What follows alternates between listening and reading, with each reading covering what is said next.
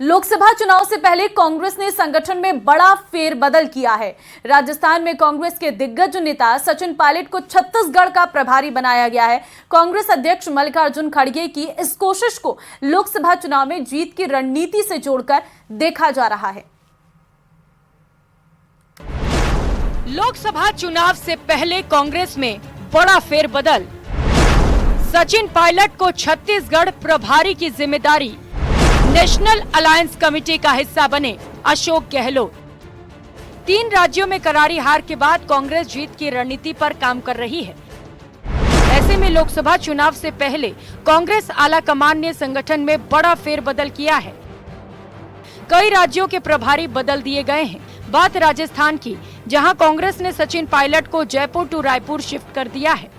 छत्तीसगढ़ के प्रभारी की जिम्मेदारी अब सचिन पायलट को सौंपी गई है। राजनीति के जानकार कांग्रेस के इस कदम को लोकसभा चुनाव की तैयारी से ज्यादा गुटबाजी खत्म करने की तरकीब मान रहे हैं। इनको छत्तीसगढ़ महासचिव बना के छत्तीसगढ़ की जिम्मेदारी दे दी गई, तो ऐसा लगता है कम से कम लोकसभा चुनाव तक या अगले 6-8 महीने तक तो शायद ये जिम्मेदारी देने की स्थिति उनकी नहीं बनेगी। कांग्रेस को उम्मीद थी कि राजस्थान में अशोक गहलोत की गारंटी की बदौलत सत्ता में वापसी करेंगे, लेकिन ऐसा नहीं हुआ। इसके अलावा चुनाव से कुछ महीने पहले सचिन पायलट और अशोक गहलोत के बीच खींचतान को भी हार की वजह माना जा रहा है। ऐसे में जानकार मानते हैं कि कांग्रेस ने दोनों को अलग अलग जिम्मेदारी देकर गुटबाजी को खत्म करने की कोशिश की है।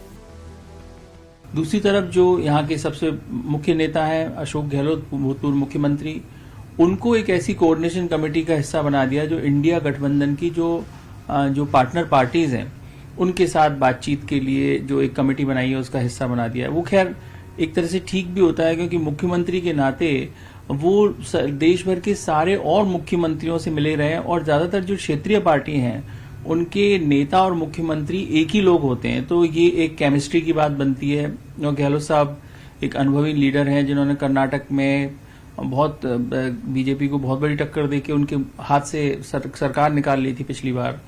कांग्रेस ने सचिन पायलट को छत्तीसगढ़ का प्रभारी बनाया है, वहीं अशोक गहलोत को नेशनल अलायंस कमेटी में शामिल किया है।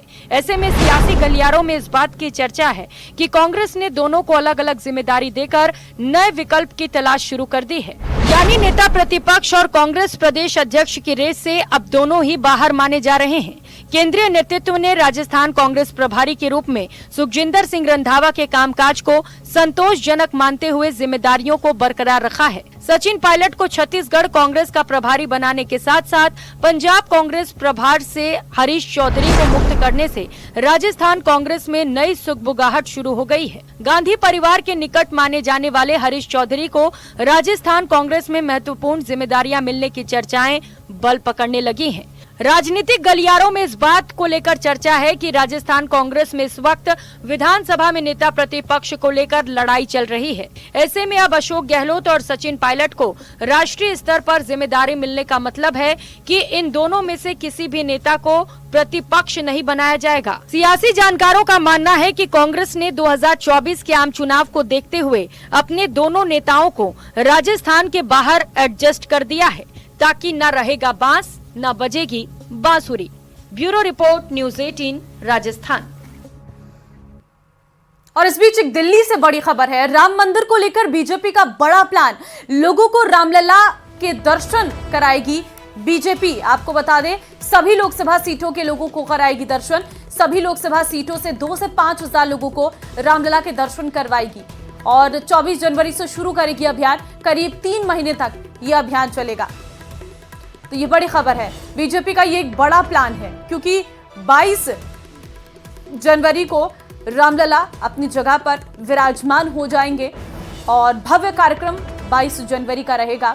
और उसके बाद रामलला के दर्शन के लिए आतुर लोगों को रामलला के दर्शन भारतीय जनता पार्टी की ओर से कराया जाएगा।